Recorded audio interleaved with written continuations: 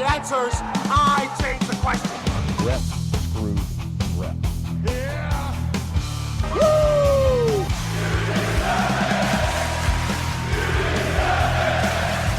Who are you to doubt El Dandy? Because this guy's a serious professional. Did he do it?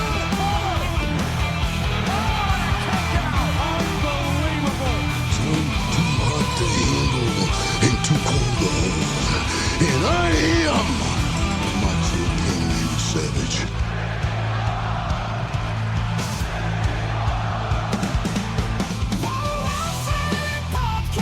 Shut your mouth, you thong-wearing fatty. I said WWE stands for... It's me, Austin. I will never retire. Promotional consideration paid for by the following.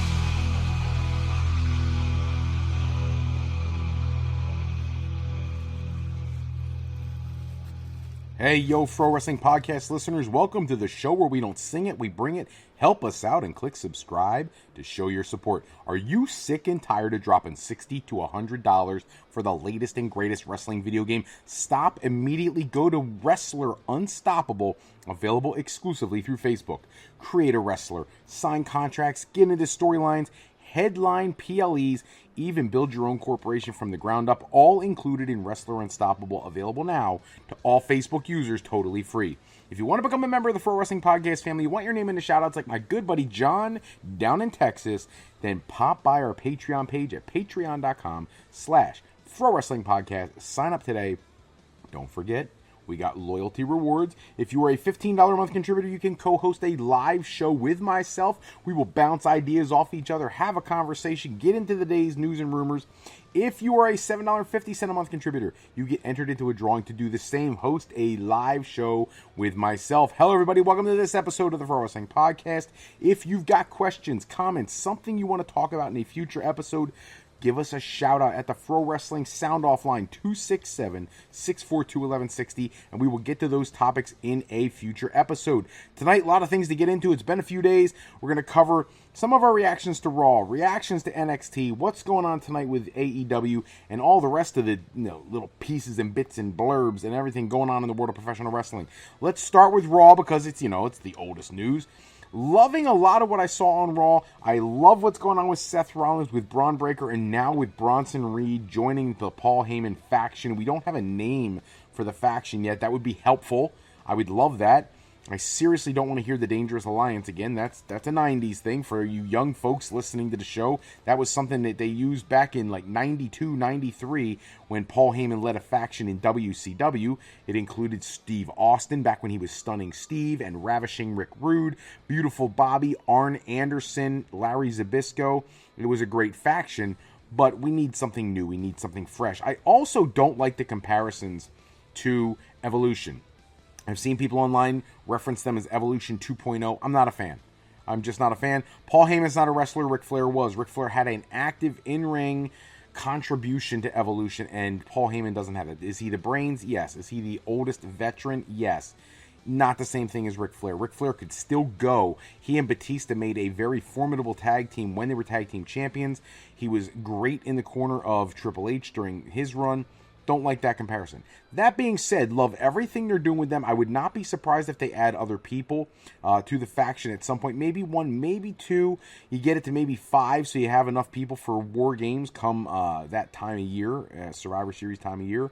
But we'll have to wait and see how that plays out. In the meantime, I'm not entirely sure where they're going with all of this, because when you look at it, the reality is they are putting together what looks like an incredibly dominant force on the roster without a lot of direction. Yes, I'm fairly certain we're going to see the return of Roman Reigns, and it will probably be a 6-man with Roman, Jey Uso, and Cody Rhodes against the whatever this faction is going to be called at SummerSlam. I'm not loving the idea, but I think that easily makes it so John Cena retains the championship at least past SummerSlam. I've said from the beginning, since his heel turn, that I thought that John Cena was going to keep that championship until Either he loses it in December to a historic foe like a CM Punk or a Randy Orton, which obviously the Orton thing has already happened, so it's not going to be Orton. So that leaves CM Punk. Maybe he loses it back to Cody Rhodes. I don't think so. Or he does actually retire as champion, putting that championship on the line at the Royal Rumble. That's where my heart is at. That's where my booking brain is at. That's what I would do with that. We'll have to wait and see if WWE agrees. Back to Raw. Love the qualifier for men's Money in the Bank with Penta, Chad Gable, and Dragon Lee. I thought everybody did their role perfectly. I don't think anybody suspected anybody but Penta was going to come out of this match with qualifying. Thankfully, he did. Other things on the show that caught me. I really love the fact that Rusev is back in WWE, but I'm not a big fan of the fact that he's done nothing of substance, but we get a tease. We get that tease of Rusev and Sheamus at the end of the Tozawa match. I'm all for that. There was a little piece of me that as that was going on live, I was wondering if maybe Sheamus would suddenly attack Tozawa also, and that he would reform like a tag team with Rusev. But I think at this point, Rusev is being built as a monster singles heel, and I love that because that's what he should be. He should be a world champion contender, not a mid-card title guy, and I'm afraid he's going to get locked into that mid-card, but hopefully something with Sheamus will start getting some momentum going for him, and I would love to see these two throw down an absolute banger. Not a big fan of the three-way for the tag team championship. Love that New Day has this like thing going on where they're trying to split up like every tag team with talking trash, and then they turn on American Made, who had kind of sided with them the whole time against the War Raiders. I'm okay with the match, but it's to me it just feels like WWE doesn't know how to book the tag team division anymore. We need some newer teams on Raw. There's something to go on SmackDown where there are tertiary feuds, not just around the championship.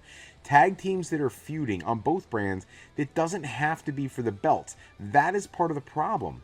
When you look back at the history of tag team wrestling, back when the Killer Bees would be wrestling Nikolai Volkov and the Iron Sheik, and neither one of them was a tag team champion, it was just a great feud between two solid teams. Or when the Hart Foundation and the Bulldogs were first facing each other, neither was tag team champion. It wasn't until after the Bulldogs beat Greg Valentine and Brutus Beefcake where things started being for the championship. I don't think he always has to be a championship involved to have a great tag team feud. And I'm getting tired of seeing the repetitive booking of tag teams like on SmackDown, where right now there's 4 or 5 teams you can look at every week. You know there's going to be some combination of those 4 or 5 teams wrestling on the show, and it's basically filler for a World Tag Team Championship program. Not a big fan of that. Didn't like this on Raw either.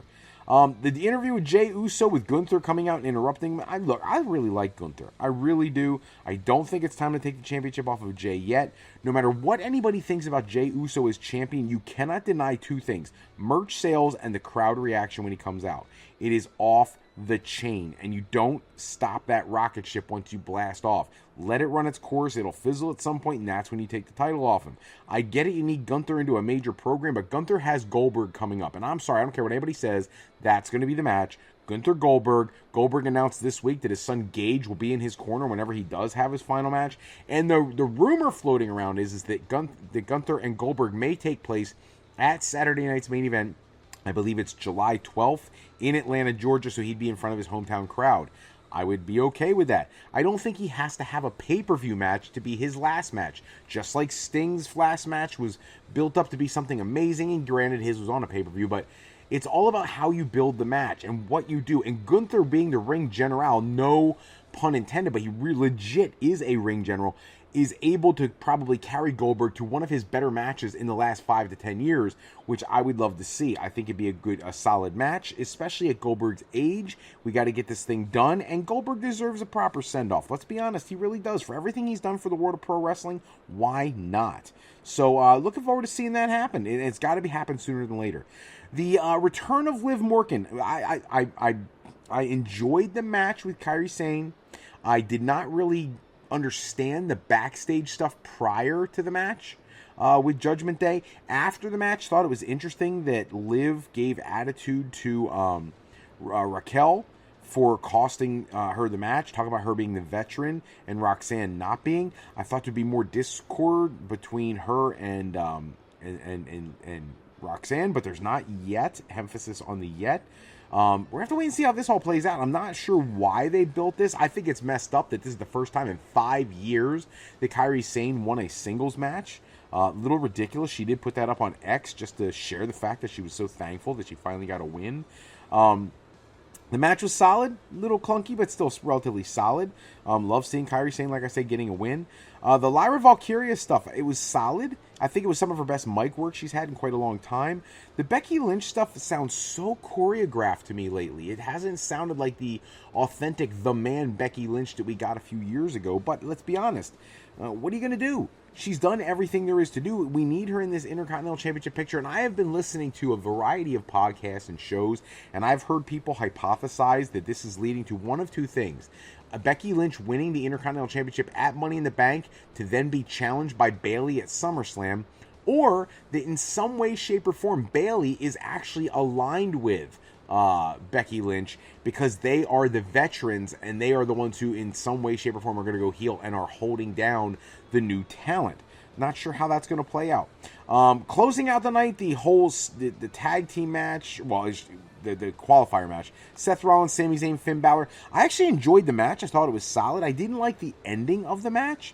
I actually would have been better off, I think, in my opinion, seeing Finn Balor win the match and Seth Rollins do something else at Money in the Bank. I just don't need to see him in there. I feel like it's a foregone conclusion that because of the power of his stable, that he wins Money in the Bank now. And I don't want to have that. I like having mystique and intrigue about who's going to win Money in the Bank. And with Rollins being in there, at least right now, are we really going to think that with his faction as popular as they are and as big as they are, that he's going to lose to Penta? Or is he going to lose to, whatever, anybody else on the roster right now? There's nobody on his level that's competing in this match. So I'm not thrilled with that unless somehow Roman gets into the match, which is not going to happen. I always love seeing Seth Rollins. I'm a huge Seth Rollins fan, but I really would have loved to have seen something a little different coming up on with what they're doing with Seth Rollins and this group. Switching gears, going to NXT. What a show! Ethan Page taking the North American Championship from Ricky Saints. I didn't see that coming. Now, there's rumor that there's a reason for this, that perhaps Ricky Saints needed to drop that championship because he will be at Worlds Collide and perhaps he could challenge for one of their mid-card titles. I know 49-year-old El Macias, if you don't know who that is, check him out. He's amazing, and even despite his age, that guy has a killer look. He was custom made for WWE years ago and just never made it there. He was in TNA for a while. Wrestling Society X, the MTV one-season ill-fated show that they had on. Great talent. He was also in Lucha Underground. It sounds like he may be the person who faces Ricky Saints at Worlds Collide. I don't care who he faces. But this makes it so Ethan Page, if he appears at Worlds Collide, could defend the North American Championship, and Ricky Saints could have a quality match with a champion of the AAA brand, which I'm all in for. I think it'll be a great match. Mike Santana winning his debut on NXT, this crossover match from TNA. Love that. Mike Santana, underrated. What a quality worker. He's got so much to offer. And honestly, with the whole situation with Trick Williams winning the TNA World Heavyweight Championship over the weekend, now you have an opportunity where Santana is going to challenge him for that TNA Championship next week. I don't suspect he'll win it. Something is going to end up costing him the match. I actually would love to see him win the match and take the title back to TNA in TNA's honor or something. I don't think they'll do it that fast. But if you think about it, what is Trick Williams supposed to do right now? He can't be NXT champion. Obafemi's too over and has too much of a following, and he's moving merch and everything else. And he's, we're biding our time until he's called up the main roster. They were going to pull up Trick Williams, but they've had so many signees recently. Where would he go? He'd get lost in the shuffle unless you're going to put him back with Carmelo Hayes, which I'm not a big fan of either. He's doing his own thing right now. There's really not a lot for Trick Williams to do beyond what he's already done in NXT. So putting with the TNA Championship is a great option for WWE, and it lends credibility to TNA's product, even if TNA people are frustrated that Joe Hendry lost another match or whatnot, or they feel like their talent's getting buried. I actually understand it and support it. I think it's a great idea because I think Trick Williams brings WWE name and prestige and the NXT banner to TNA product, which is going to put more eyes on their show, which could only help TNA over time. I actually love the idea. The Jada Parker Tatum Paxley match is kind of a throwaway for me. Didn't really care too much. The Gigi Dolan doll getting thrown into the ring was kind of weird. I don't like having a Gigi Dolan doll if she's not employed there anymore. I think that's kind of heartless. Whatever, throwaway match. Jasper Troy making his debut on the show, looking great. Loved seeing it. He wins his debut with a splash and a spinning sidewalk slam. I actually enjoy it. I'm not thrilled that Obafemi is the one already having a conversation with him, with Jasper Troy. I think you have to earn that spot, and I don't think he's earned that. Maybe he earned an NXT contract, but he has not earned that spot yet, and I don't really enjoy that. And then we got to get into the fact that, like, the big shocker of the week is the fact that Stephanie Vaquer loses the NXT Women's Championship to JC Jane with Fatal Influence in controversial fashion. Looked like things were going a little rocky for JC Jane, and then all of a sudden picks up the win. I know some people are furious about this, but keep in mind everything is for a specific reason. The word that is coming out this week is that there's a reason for her dropping this championship, and the reason that she's dropping the championship is because it sounds like Stephanie Vaquer is headed to Raw.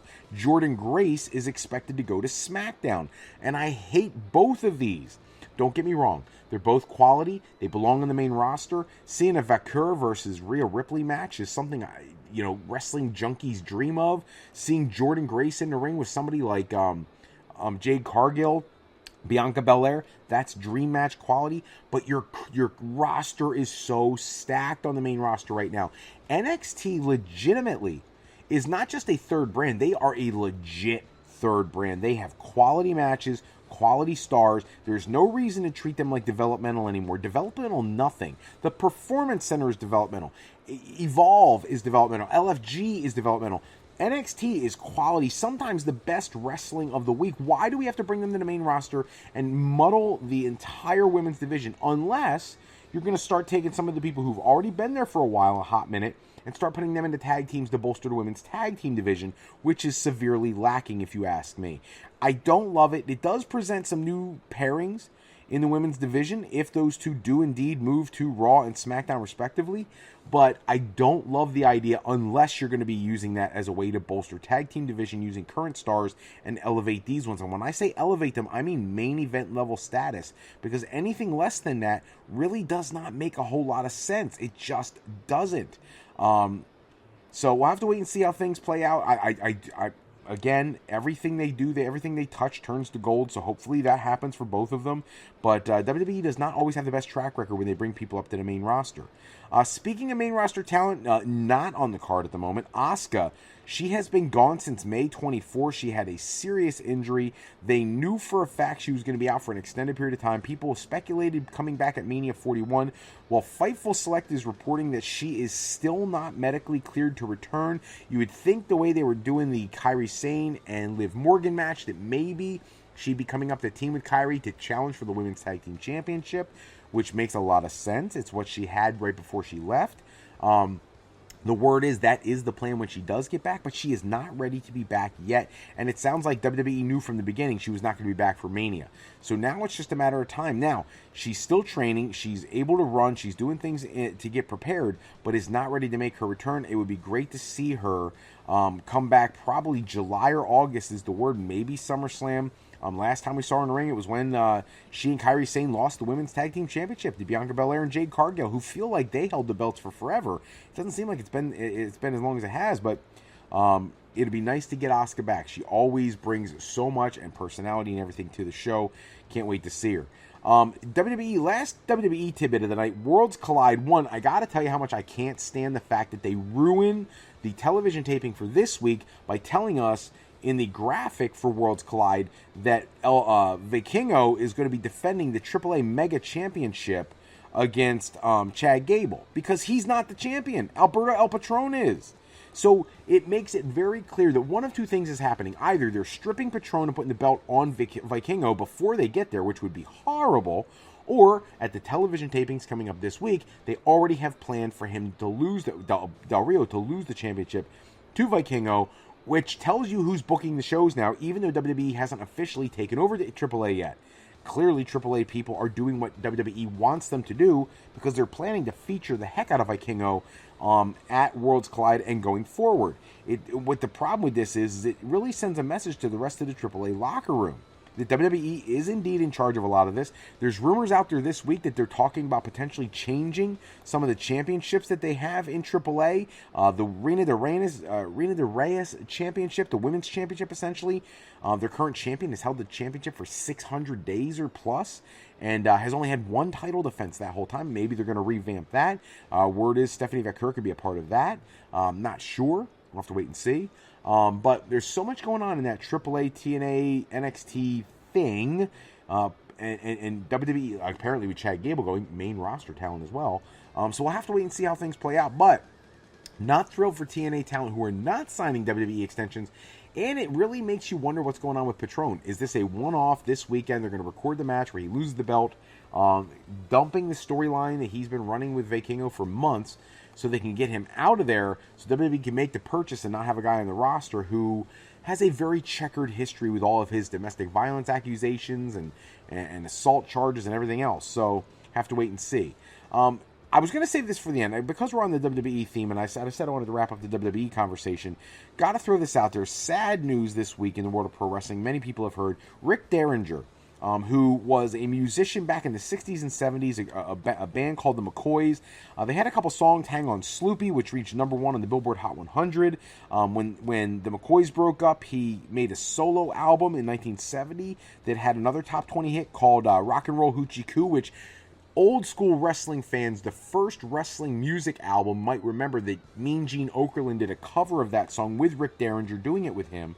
But more famously to wrestling fans, Rick Derringer is the guy who created Hulk Hogan's Real American Entrance music, which the trivia question of the day really is that music was not originally for Hulk Hogan. I'm going to give you 3 seconds to think. Who was that originally for? 3, 2, 1. It was Barry Windham and Mike Rotunda. The U.S. Express were supposed to get Real American, but they felt that it went better with Hogan, so they gave the song to him after the fact. When in fact, Windham and Rotunda actually came to the ring to Real American several times prior to Hulk Hogan getting it.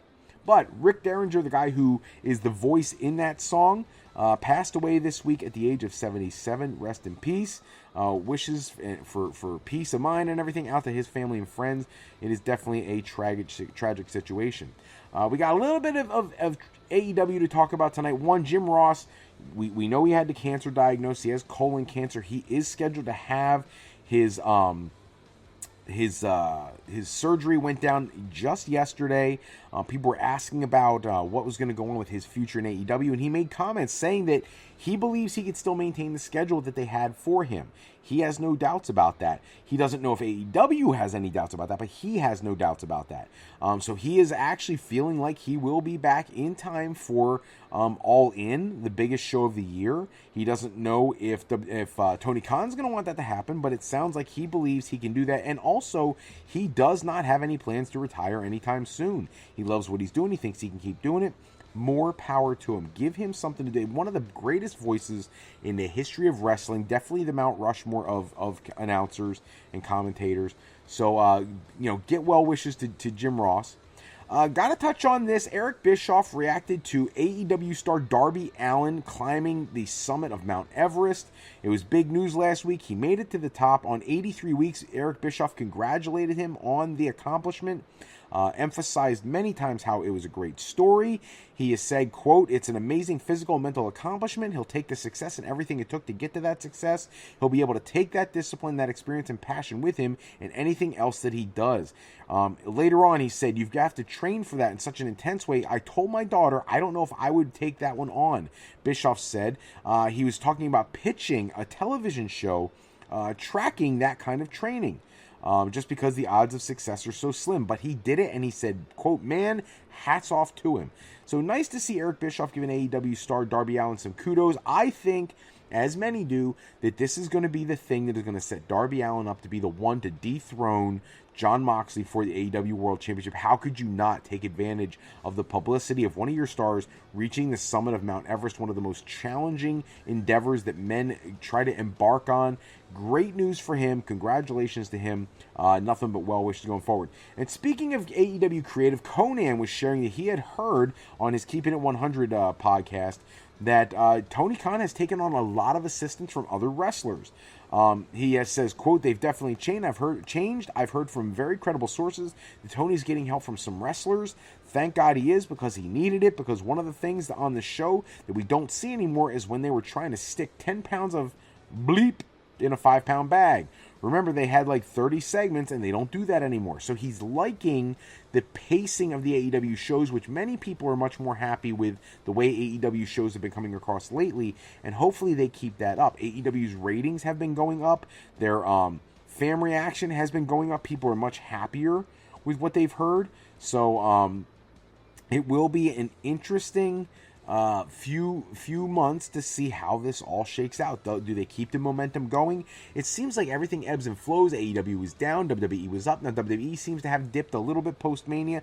This is going up. A lot going on. And I know tonight is AEW Dynamite. I know look, I'm recording this at 8:55. We've already had Swerve Strickland come out interrupting Adam Page, which then gets interrupted by Will Ospreay.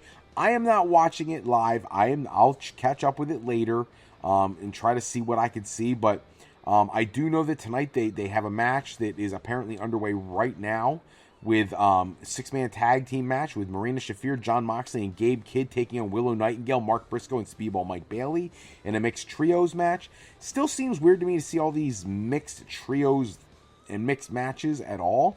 Not something we're used to in AEW, but Marina Shafir is a badass, as is Willow Nightingale, so I guess they can hang. We'll have to wait and see how it plays out. Actually, the results are popping up for me here. Spoiler alert, Marina Shafir, Jon Moxley, and Gabe Kidd win. I don't think anybody is surprised about that. Love Gabe Kidd getting involved so much in AEW television because he is such an amazing, talented wrestler. And being in New Japan, no disrespect whatsoever to New Japan Pro Wrestling, but it is not the major leagues compared to AEW or WWE, so it's great to see everything that Gabe Kidd is getting an opportunity to do. That's all the time we have for this episode. Check back with us next episode where we run down the latest wrestling news and rumors. Special thanks as always goes out to Suno AI for generating the music that we use in our show. Today's podcast sponsored in part by Beazle Games. Bring a new friend to family game night. It's easy with the board game Sketchy People. Showcase your artistic side in this game from Beazle Games by going to thegamecrafter.com and pick up your copy today. If you're looking for your next career move, you're considering college or university life, maybe you just need some formal training for your next career decision, go to our website at frolifeplanning.com for all your higher education needs, as Fro Life Educational Planning is for today, for tomorrow, and for life with Fro Life. I'm Fred Froelich, better known as Dr. Fro. I want to thank you for taking some time with us today. Until next time, take care, everybody. Have a great night.